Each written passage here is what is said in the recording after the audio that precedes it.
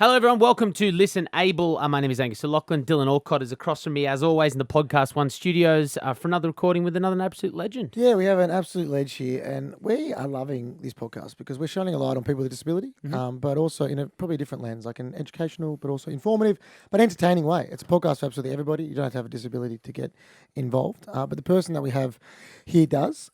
We met at Splendor in the Grass. Yes, we did. We did, very briefly. I was working on Triple J, and I think I had finished my shift and had a couple of beers when you actually walked past. And I was like, is that someone else backstage who's disabled? I was like, that's bullshit. So rare. That's strictly my domain. So can you please introduce yourself? My name's Cherie. I live in Melbourne. I do disability advocacy, work a day job as well, and spend my spare time, I guess, just gigging and going out with friends. And Shit, yeah. And what is your disability? I am a leg amputee. So I had cancer when I was 6 years old, bone cancer in my pelvis. And that's how it happened. So let's start at that injury at the age of, at the age of 6, having cancer. How much were you aware of what was happening at the time? Not much, but I did know what cancer was because I saw a little girl on TV with cancer, probably very shortly before I found out that I had it. So it was a bit weird because I remember seeing this girl on TV and being like, I hope that never happens to me. And then next minute, so I knew what it was, luckily, but I thought it meant I was going to go bald. All And right. that was it. Yeah. That's, And I was like, no, not my hair. So it was pretty rough. My parents were separated, so it was a bit of juggling, them having to be together to take me to all these things and to hospital and find out what was going on. And then shortly after diagnosis, it was kind of like, take the leg or nothing, really. So what kind of kid were you pre that? Were you active, running around? I was active. I was very quiet. My mum always calls me Wednesday Addams, so I wasn't a big bubbly kid, and then got down to it. But I was pretty. I don't know how active I was. I just remember that I was running one day at school, like in the field with the kids, and then all of a sudden I couldn't really run that well anymore. So that's as much as I know about my activeness, is that I could run. Yeah. And then I sucked. Hey, I suck at running too. Yeah. So don't worry.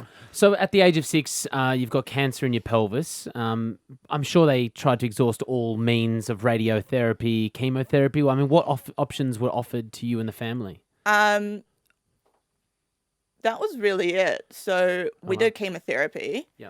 But I've got like my own medical records at home, and I've read through them before. And the document from the day that they told my parents what the options were, it was essentially, they said, surgery is the only option. If we don't operate, then it's game over. But the amputation wasn't confirmed. So they weren't going to know until we were in the surgery if they were going to amputate or not. And it was a 20% chance of amputation. Oh. And then if they didn't amputate, they were going to do something like remove my pelvis. And then back then, 20 years ago, there was no kind of reconstruction stuff. So it was kind of like, we'll remove it now and see what happens later and see if we can fix it down the line. Medical technology advances that we'll be able to fix this. That's what they said. You got put to sleep not knowing if you're going to wake up with a leg or not. Pretty much. And they actually tried to tell me before the surgery that it could happen, but they got out this doll and then they showed me, trying to show me on the doll, like what can happen. And they got to the bit where they were talking about, possibly removing the bone, and then I would be unable to use my leg and using crutches. And I wonder if that comes down to the idea that you needed to consent to that, if that makes sense. Because, 6 years old, you still have an idea of what's happening in the world. Your parents there's got to be an age where, your parents' decision interferes with your own. Do you think that maybe? No, I didn't get a say. Okay. Well, because they tried to explain it to me, and then I heard, you might not be able to use your leg properly, and I just shut down, and I was like, no. Yeah. And I just broke down, and then I didn't actually hear them say that you could it could be amputated altogether. So I didn't catch that. Yeah. And then I woke up from surgery and I was like, Mum, there's something on my hip, because it felt different, but I didn't realize it was because there was something missing. I thought that it was something else was there. It was so odd because it felt so weird, and I was telling my mum, I was like, what's on my hip? And she's like, nothing's on your hip. There's nothing there. How did you feel if you can remember, when you first realised that the leg was gone? I think I was upset because I thought no one told me. And I was saying, why did no one tell me? And my mum's saying, they did try and tell you, but I didn't listen. So I was upset. And then I would, there was another girl in the same ward as me, and she had, have you heard of rotation plasty? No, what's that? I don't know if I'm saying it right, but basically it's when you have the leg amputated, so you've got cancer in your upper leg, and then they keep the lower leg, and then they take the lower leg attach the knee to your hip, and they rotate it, so then your heel becomes your knee. So a lot of wheelchair tennis players have this, especially in like Holland and stuff, because the knee's the most important joint. Yeah. You can attach a prosthetic leg, and then the heel becomes the knee. So the foot's upside down. Yeah. So then you can still have like a half prosthetic, use it quite well, do running and all those kinds of things. So yeah, we had a guy called Curtis McGrath on this podcast, and he was saying that one of his legs cost $200,000 because it's a bionic knee, and that the knee was the most expensive part. The other leg was like not even like a quarter of the price. Yeah. The knee was the most important. Okay. I played a tennis against a guy called Ronald Vink, and he had that. He had the upside down foot, and he had a size 18 foot. And when he would hit tennis balls, his toes would like wiggle and stuff. Oh. Psyched you out Yeah. well. It was impressive. Wow. yeah. Now, so obviously you and I are in the world, so we know. So, Angus, most people with a prosthetic can attach it to what they call a stump, which is like the part of the leg that's remaining, and then they can walk around. Do you have a stump, or is your amputation too high? It's too high. So as you're saying, the knee's super expensive and it's super complex. I don't even have a hip. So a lot of people, even if they have like an upper leg amputation, they've still got something that they can kind of leverage. And imagine if you're walking upstairs with a prosthetic, you need a leverage to raise the other leg, right? To go, Of course. or walk foot over foot, or walk up a hill. But with me, so I've tried a couple prosthetics when I was a kid, lasted like a day, because it's like a full body swing to try and get your leg to move ahead of you, and it wraps around your waist. So you're sitting in like a socket that wraps around your waist. It's like a full body kind of thing. And then you're just swinging this leg. It's got to use momentum. You can't bend your knee. You can't lift it. You can't walk up a hill. You have to go like your foot ahead and then meet it. So it's like half Not the most step. practical way of getting around. Yeah. So I was a kid and I was like, this is slower. Why would I use this when it's slower? And I can't climb trees. I can't, run around. I played lots of sports when I was a kid. I was like, I can't do this with a prosthetic. And yeah, obviously I still don't have one because the ones they do have out there are $200K plus. Yeah. And even then, they still don't have the good hip technology for me to think that it's worth it. So you use crutches. Yeah. And I knew, I found someone online, actually. She has the same amputation as me. She passed away last week, which is very sad. But she was the first person I found that had the same amputation as me. Okay. And she had a leg, and it was a full, bionic one. But she still used crutches because of the movement restrictions. But she basically had it just for the aesthetic, so she could wear cool pants. exactly, And yeah. all that stuff. And I was like, that is a really expensive accessory. Hey, Like- so dream world, you've just got a lazy $500,000 lying around. Would you go the leg, or are you happy with getting around on crutches? I think I feel like I might have to eventually, just because like my other hip's getting a bit weak, and just the pressure of walking on crutches. I'm thinking about it like when I get older and I'm not as strong, maybe I might need something extra. Yeah, makes sense. But for now I'm okay, but I am definitely considering it, and I I found a guy over in America who specializes in these types of amputations as well. So I'm thinking of going and seeing him because I've seen some videos of guys walking with his legs and they look pretty legit. solid. Nice. Can we talk about, we were meant to actually record this last week, but you had to pull out last minute, which was totally fine, with what you described as phantom pains. Yes. What's a phantom pain? Scientifically, I'm not too sure, but it's essentially when you're an amputee, you still have nerves running to that limb that was there, and then all of a sudden they stop now. So your brain still has these nerves running to nowhere, and maybe there's some kind of confusion in your brain. But what it does is it can cause certain pains. I also have phantom feeling, so I can feel my leg that's not there. That's whack ass. And I can move my toes and stuff. On the leg that's not there. Yeah. Wow. Because I mean, your brain operates like a full system. It doesn't understand why you don't have the leg that you were once born with. Yeah. It makes sense, but isn't it? So you're getting pain receptors in your head telling you, "I'm feeling, stabbing pains in a leg that doesn't exist." But you feel where the leg was, like I feel like my leg is small, so I feel like maybe it stopped growing. You've got a 6-year-old leg. Yeah, I've got like a little leg because I think so, and then I can feel certain sensations on it, like if I'm rubbing against grass and stuff like that. And I think they say it gets better as the longer it's been that you've been without the limb, but it can actually get worse as well because the nerves can keep growing. And then what they do is they grow and tangle and can turn into like a tumor. And that can cause a lot of pain as well. So there's lots of later effects that I didn't actually know about until another guy, Josh Sundquist, DM'd me on Instagram after I was like complaining about my phantom pains. He's got a hemipelvectomy too. He's a comedian. He's so rad. He does the best Halloween costumes ever.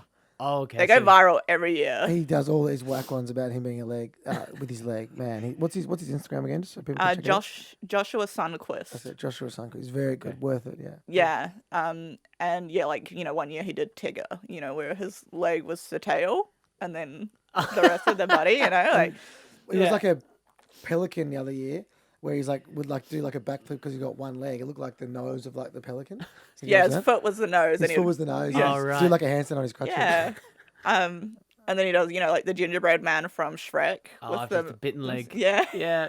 Genius. So he's rad, and he had that problem. He's posted about it publicly, so I'm not giving out his personal information. But he had a procedure just a couple of weeks ago to remove these nerves and have them reattached to some other ones. So hopefully his brain will work things out. Amazing. How did you go at school? Did you get bullied? Were you accepted? School was hard. I wasn't really bullied because I went back to school when I was in primary school, and the whole school knew me. They had an assembly about me when I was diagnosed to let everyone know. And when I came back, my insecurities were always kind of not really what I should have been insecure about. I had a wig when I went back to school, and that was my thing. I was and people found out I had a wig, and that was the worst thing in the world. Yeah. And then I got over it. I stayed in my classroom for lunchtimes and stuff for a few weeks just to not be overwhelmed by going out and the whole school's there. People would ask questions, and say things sometimes, and then I got to intermediate school, and that's when I started to get pretty insecure. You're getting older, and boys and girls start to have crushes on each other, and you're that's when I started to be noticing that I was really left out. Which is, stupid. That's not what you should be worried about. You should be... When you're a kid, that's everything. Yeah. Are you kidding? Yeah. Georgie Gorman didn't kiss me at a blue light disco once. It rocked my world for years. Yeah. Hey, shout out to Georgie Gorman. Big fan of the podcast. Yeah, she's listening. No doubt. Dodged it. How did you navigate that? Not very well. I remember I was at a school disco once. I think I was about 13 years old, and it was like an inter-school disco. Oh, yeah. And it was like this boy, so stupid. He was like going around with his friend, and his friend was asking every girl in the room if she would be his girlfriend. And then they got to me, and then the boy leaned over and he kind of like whispered, and he's like, "Don't ask her." And I was like, and then so he skipped me, and he literally was like asking every person in the room, and I was like I don't want to be his girlfriend, but I was like, You want to be why asked? don't you ask me? Yeah. I wanted to be able to tell that crappy Hugh Hefner 13-year-old that no is an option for me. Exactly. Yeah. Oh, God, that sucks. I was like, why did everyone else get to reject him? Yeah, I want to do that. And then I got to high school, and it was just kind of the same story. It was so depressing, but I got to this point where I was like, like every night in bed, I'd just be like bawling my eyes out, just being like, never gonna get married, never gonna do this and that, and I just like made this kind of, I guess, acceptance with myself. I'm like, you're gonna be alone forever, and you're gonna go get rich, and it doesn't matter. And obviously that was bullshit. I don't know if I'm allowed to swear. Of course you You can. can do whatever you want. And like now I've got a boyfriend. I'm in a very long-term relationship. We live together. We're very happy. But back then it was just like I'd never seen a disabled person in a happy relationship. Yeah, I was the same. My one example I had of an amputee woman finding love was the movie Juice Bigelow. Do you remember that? God, Juice Bigelow, yes. male gigolo. Yes. Yeah, and she Rob had a Schneider. Rob Schneider. Rob Schneider. Yeah. I've never heard Rob Schneider described as like a disability advocate getting some stuff. How It was a terrible movie. Yeah, I and don't it was think like that works it was well. like, oh, he still loved her despite her Yeah. having one. Like, how wonderful. And I was like, and as like stupid as that movie was, I was like, oh, maybe I'll find my Rob Schneider. Like, Oh, no. And you deserve much better than Rob Schneider. no. Yeah. The but you that was can the do it guy. only love story I had. Yeah, that's so It's interesting. so weird. And you're right, that does end with him ending up with that person, but it was like, oh, look, exactly He right. still loves her. He can love the woman with one leg. Yeah, despite her Yeah. major flaw. Wow. Now, speaking of love, you said that you have found love, but something that you have to face every day, which I think the able-bodied world probably don't know too much about, is people that are devotees or like troll you online. So if you're comfortable with it, do you mind explaining what that means and I guess some of the things that have happened to you? Well, a devotee is a person who has a fetish for amputees. I did not know that was a thing. It's a Never big did thing. I until one day. So I never really, like when I was a teenager, it's so weird. I had to like come out as disabled on the internet because Okay. it was like everyone in my life knew, obviously. But then when I was on like Twitter and stuff, it's like you can't tell by a photo of my head. Mm-hmm. Do you know what I did? I went on a date with a girl. Actually, I met her at a party, and I only had photos of my face on my MySpace. So I still feel bad about this. But she was like, I'm going to kiss Dylan Alcott, going to kiss Dylan Alcott. Then I got to the party. She had no idea he was in a wheelchair. Poor girl freaked out. I still feel bad about it. But I wasn't comfortable. I hadn't come out online Yeah. about my disability as well. Yeah. Yeah. Because it's hard because it's like it doesn't just come up in conversation. Like all your life, everyone's just known. You didn't have to tell people outside of the internet. Exactly, yeah. And then the internet also became like this little safe space for me where everyone thought I was normal. And I liked that when I was younger because it was like this internalized ableism that you're taught that you should be embarrassed of it, I guess. So the internet didn't really know that I was an amputee. That's because you were choosing to put photos up that didn't involve you having, one leg? Yeah, and this was also, what are we talking, like 13, 14 years ago where, Instagram's not a thing. Yeah, it's- MySpace probably, right? Yeah, well, in New Zealand we had Bebo. Uh-huh, right. But yeah, even then, like very few photos would be Bebo. full body. Bebo and Scribe. Not many, if any. I know. That's all. That's all I got. That's it? Yeah, Okay, yeah. that's a Okay, joke. back Yeah. on. Sorry, missed that. We can edit this, yeah? That'll hit the chopping room. And then I think how old was I? I was about 20 when I got to the point. I'd let a few people online already know that I was an amputee, like my close online friends and stuff, and they were all totally fine. Of course they would be. but then when I was around 20, I was kind of like, I need to do something with my life. I need to, do anything. And I was at a point where I was kind of a lot more confident in, being an amputee and people knowing about it. And then I did a interview with Clio magazine, and that was where kind of everyone knew. I just put out this magazine article, just dropped it, and I was like, deal with it. Because you're a writer, we should also point out as well. I am? Oh, yeah, I think it says online that you're a writer. Yeah, I do write. Yeah. Had that beautiful photo of you leaning against a brick wall, and part of the description that you gave was writer. We've done our research here. Yeah. Don't stop it. Yeah, I do write. I'm still kind of getting into, being able to call myself a writer, I guess, because it's something that I just do sporadically. Yeah, okay. Yeah, And rarely. So Clio dropped. Yeah. And then from then on, the devotees started rolling in. Yeah, basically. So Clio dropped this article, and it was a hard copy thing. So it was kind of not really seen. And then they uploaded it to their website, and that's when they all started rolling in. And I'm getting all these weird messages on Facebook, like, hey, you want to come to, Greece? I'll pay you $1,000 and we'll do a photo shoot, all this kind of stuff. And, just the usual, hey, you're so beautiful. I'm asking for photos of my stump and all this stuff. And What's the weirdest requests you've had? I've got this guy, he still messages me like every few weeks. It's been going on for years. And he'll be like, oh,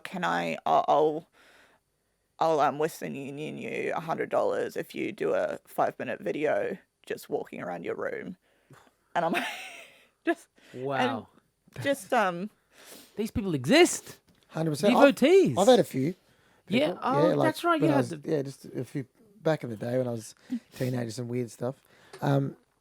So that article then gets picked up in various news forms. I mean, I've seen it in at the Sun in the UK's picked it up, the Mirror. This is a different article. Oh, so this This was like, 9 years ago? Yeah. Oh, this is okay. the Sorry, I'm same. with you. Yeah. Right. We'll get we'll to get the to that article. Right. Have you ever thought about taking the cash and doing anything like that? No.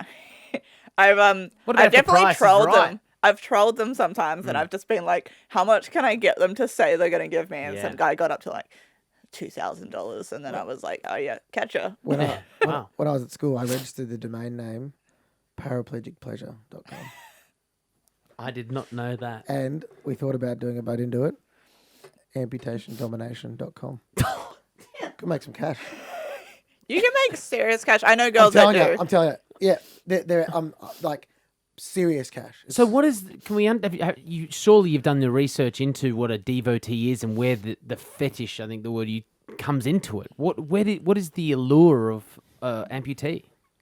I think that's just the case of it's just another fetish. You Right. know, like you've got your foot fetish, then you've got your no foot fetish, and then you got your bondage or bondage. whatever. Yeah, it's just another extreme, and then you've got people that want to be amputees, so they've got like a Wait, they want to cut their own limbs off? yeah. You've got Whoa, you know what there's do you- people there's whoa, people what that have done it. No, we did not. The Yes, microphone Google is it. there. So people actually cut off their own limbs on purpose to be amputees. Yeah. That's unbelievable. What's the gain? What do they feel they're missing out on by having all 4 They limbs? just hate their feet. Yeah. I don't know. It's just another body dysmorphia, I guess. They just feel that it's not. Are you Who allowed- they are. Do they do that in the backyard, or is there people that can you legally do that? The one story I saw, I don't know if it's true because it was Jerry Springer. Oh, hang on, wait. Okay. Great source. Yes. No, but he did have his legs amputated, and on the show they were saying that he did it to himself. Oh my gosh. Like he did one and then he did the other one later. It feels like there'd be something in Thailand. It just feels like Thailand. You could probably get that done. There's a price for everything I over think there. so, Yeah, and then there's people that will like Photoshop people that have 2 legs or whatever to have no legs or one leg because it's what they want to see. That's what they want to look like. That's Yeah. incredible. I had no idea that this world existed. So that article came out 9 years ago. Yeah. So fast forward to where we came across you. I mean, obviously you knew Dylan from Splinter of the Grass, but I saw this article in real time. I think it was about the 5th or 6th of November. And I sent you a DM on Instagram straight away saying, hey, we're doing this podcast. I'd love for you to come on and talk about the trolls that you come across. Now, can you tell us the lead up to the article that was printed? That was just a weird anomaly. So I made like a really lazy joke on Twitter. Like I've said way funnier things before. Which is so upsetting that some of the good gear wasn't used. Exactly. And so basically someone had made this tweet. They were like, tweet your age and something you can't do. And so I retweeted it just saying I'm 27 and I can't cross my legs. And that was it. I was just kind of leaving it as like an inside joke for the people that knew me. Yeah, your followers. And then a guy took the bait that I didn't really know was there, and then he goes, LMAOY,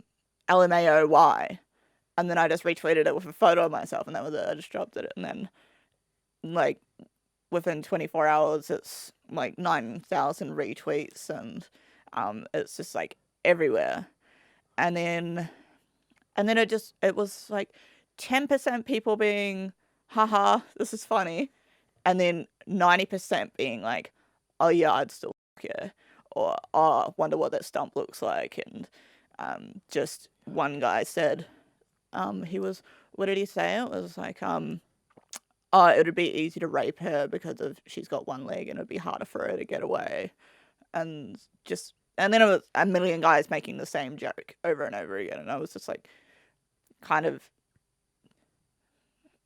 it was just weird. Like I wasn't upset about it. I didn't go and have a cry over it or anything. I was just like, you're not funny. Like, stop making the same joke 1,000 times. It's just not funny, and people thought it was so funny.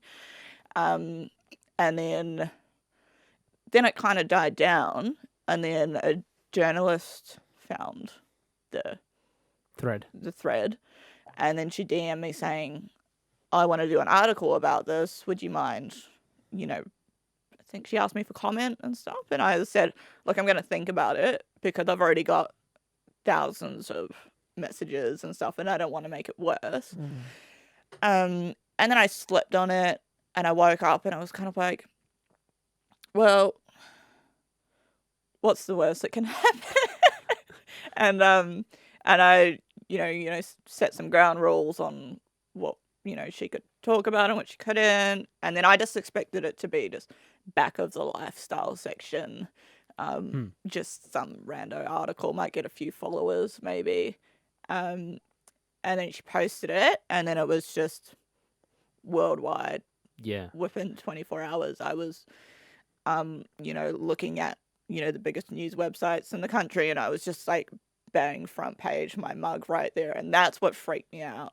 Like, that upset me more than the tweets, because I was like, didn't expect that. I knew it was possible that things, the media just picks up on things and runs with them, but it was because I guess I had control over the first article, and there were a few other journalists that let me, have control as well from other publications.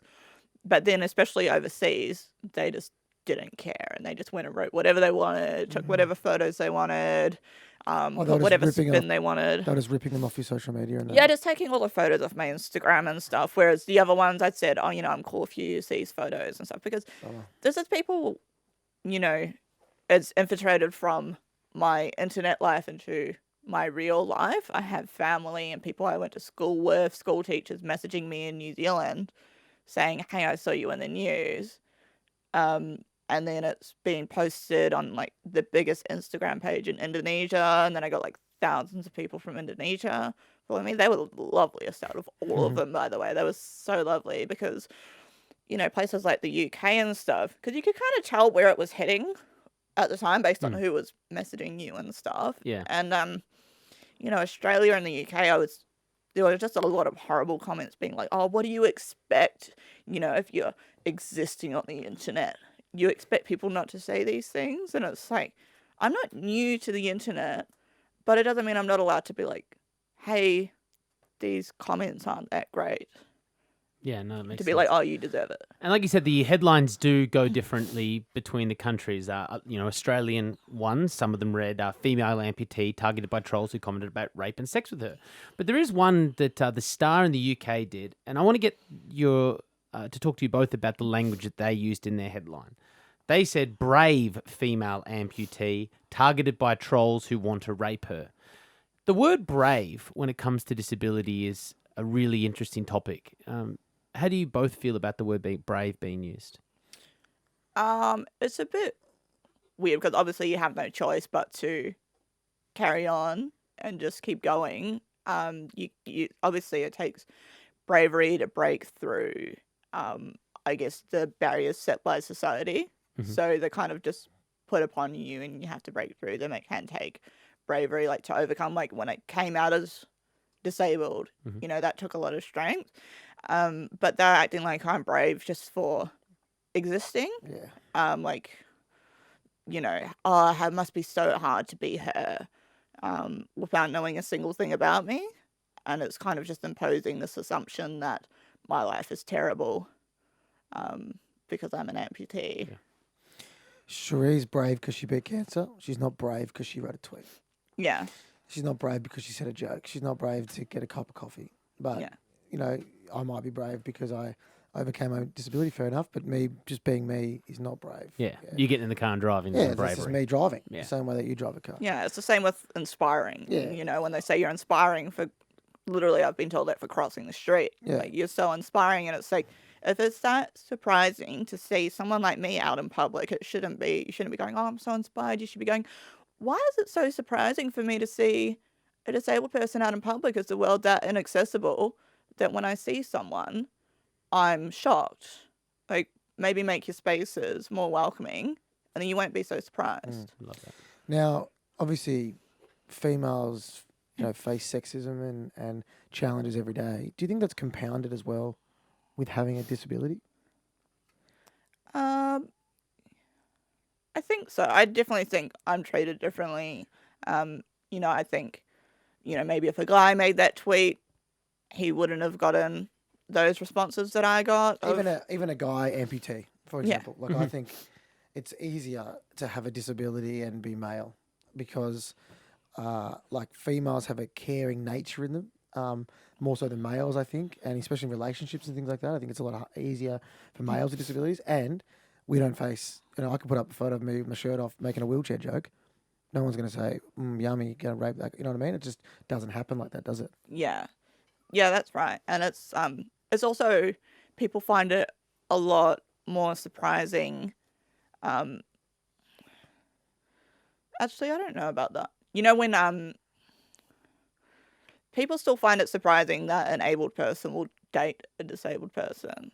And I just want to quickly segue off the record here. I use identity first. I know you guys use person first language. Yeah. Is that okay? Go for it. Do you? Yeah.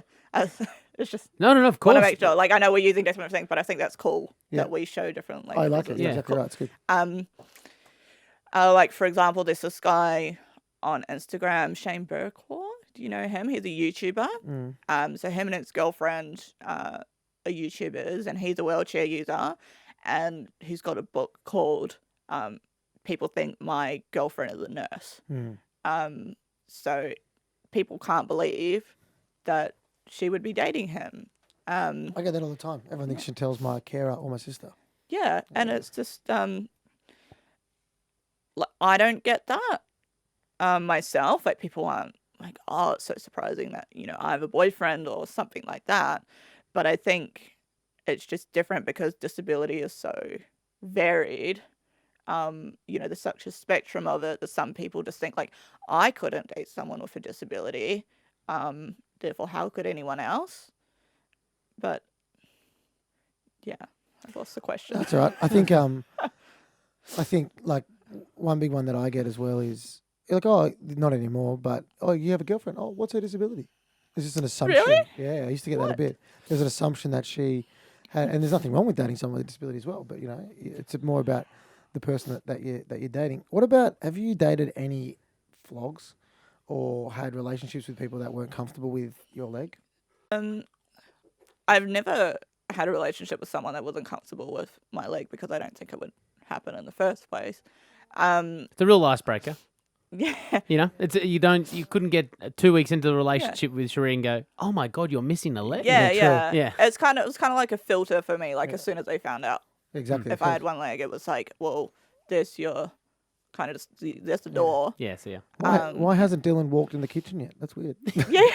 Because I can't. This guy's real lazy. I'm real lazy. Yeah. So, what was the question? Have you ever had any Flogs. yeah, Yes. bad run-ins with people? Well, when I was a teenager, as I was talking about earlier, and I was having that time of, no one's ever going to be attracted to me and so on. When men started to, it was so surprising to me that I guess I really just really was so into it and just really excited, So if some complete flog showed interest in me, I was kind of like, this is probably all I'm gonna get. I almost felt, like this is, what I have to settle for sometimes. And then, so yeah, there was just, I never really had a relationship until I met my current boyfriend. So that's my only real relationship. It's a good feeling when the opposite sex shows, or the same sex, shows interest in you, isn't it? I remember I had that. You think you're asexual for a while, and then you're like, oh my God, I just hooked up with someone. I was like fist pumping. It was because I imagine how you felt, Angus. Yeah. Times that by a million. Of course. That insecurity. Nervous. Oh, God. You know what I mean? Like, we're all nervous in that, and then and the addition of that insecurity of your disability makes it a ton harder. Yeah. So yeah, there was that while where it was just, men that weren't necessarily, had the best intentions. They wanted to be able to go and tell their friends that they've hooked up with a girl with one leg. It's like a weird brag. Yeah. Weird flex. Yeah. How many amputees you been with, dickhead? I've been with one. Can we talk about the fact that you, and this might be an area you don't want to go into, and it's totally comfortable with that, that you don't want to put yourself out there because going back to those trolls, you've had such mean, hurtful comments that you don't really want to open yourself up to allowing your followers to get to know you better? Does that make sense? Yeah, I don't think that really happened. The trolls didn't really impact me very much, Awesome. To be honest. And they were just like a blip on my radar, really. It was the media thing that really got to me. And afterwards, I just made a rule. I was like, don't read the comments on the news articles. Just don't go there. Yeah. And then the people that came to me personally were mostly people with good intentions. So the new followers I have, they've come to follow me because they're interested in me. And then the people that are trolling or commenting on news articles saying I deserve it, they're not the people I'm here for. And I've had, a lot of other amputees find me since the media. They've been following me, messaging me. People in very underprivileged countries as well have found me, and we've been speaking. Awesome. And those are the people that I post for, other disabled people. It's not because I'm scared of I just would online. I'd hate for you to feel, especially like you said, it's going to be men writing those comments. I'd hate for you to feel a certain way about men walking down the street wondering if they were said any of the comments. But if you've got that sort of strength to be able to brush that off and see the importance of the positivity, then that's amazing, Yeah. I was insecure as the media was happening. Like when I was on the train, I was like, are these people reading these things? Are they thinking these things? Are they commenting on these posts saying that I deserve it? Are they, judging me? Mm-hmm. That went away pretty quickly. And it's a matter of, people like me need to be more visible, not less, because the reason that people act so shocked or want to make these comments about how they would sleep with me or do all kinds of horrible things is because they're not accustomed to seeing people like me. And that's why it's some kind of novelty joke when it comes up. They get the opportunity. So if there's more of us, then it's going to get old real quick. Real quick. So will the joke, do you want to get legless? I reckon you would have heard that a few times. So many times. We have a lot of people that listen to this podcast that are able-bodied, but also a lot of people that have disabilities. Probably parents of young girls who are amputees or even young girls themselves. If you go back and tell 13-year-old Cherie who didn't like herself and the body that she had and things like that, one bit of advice, what would you say? People are going to see you no matter what. So if they're going to stare, just be the best you can be, I guess. Let them stare. Yeah. Yeah, I like it. And we're going to finish with a thing that we do every episode, which is a bowl of uncomfortable. It's a question that's been sent to us by people who have curiosities about people with disabilities, not necessarily devotees. I hope these questions aren't coming from these people. Let me guess. Do you have sex with your leg on or off? That would devotees would love. A question is, a lot of people are curious about the sexual side of things. Do you feel sexy now in your current self? This is It's not about sex, but it's about I have. So this is weird to answer honestly, because like I have my own, well, I guess I go through stages of depression and stuff, which is unrelated to my disability. Oh, really? So there are times that I don't feel great about myself, but it's nothing to do with my disability. So I do feel good about myself. Yes. And I do, yes, feel sexy at times. And then there's times that I don't, because I'm human. Yeah. Yeah. Does your amputation have an effect on your mental health, or is it? No, it's probably the least of my worries. Yeah. You should have nothing to worry about, because Cherie, you are a effing ledge, and I love something that I love about you from afar is the way that you do put yourself out there and advocate for people, because Angus, it's hard sometimes. It really is, and I still am insecure about my disability, about things, about sex and all different things like that, and the best way to educate people is through lived experience, and you talk about your lived experience, and I think you should be really proud of that. And we really bloody appreciate you coming in. And if anybody wants to follow you that, well, we can put your socials in our handle and things like that. But show notes. from our team here at ListenABLE, I just want to say thanks so much for coming in and being honest about it. And I think you'll continue to help a lot of people. Thanks for having me. No worries at all. Will you come back? Pleasure. Yeah. Well, shoot, I might actually sack Angus. You can be my co-host. Okay. Let's not go that far, hey? Thank you so much, Cherie. Thank you. One thing I like about you as well is you got good fashion. You wear nice sneakers. I want to know what you do with the other shoe. I stash them until I move house, and then they all go in the bin. You just bin them? Yeah. But I have heard there are like trading websites Well, for amputees. how good's this? On my wheelchair basketball team, the rollers, there was two guys. One was a left leg amputee, one was a right leg amputee. Guess what? Same size shoe. So they go shopping together and just buy one pair and split it. Amazing. Do you know what they How call good them? is that? Do you know what they call them? No. Soulmates. Oh, genius. Boom. Genius. Yes, totally a thing. I haven't found mine yet, by the way. Size 10, women's. Okay, Wait, yes. have you got a left leg or a right leg? I'm right foot. So we're looking for a size 10 lefty. Yes. Yes. All right, hit us up. Okay, hit us up.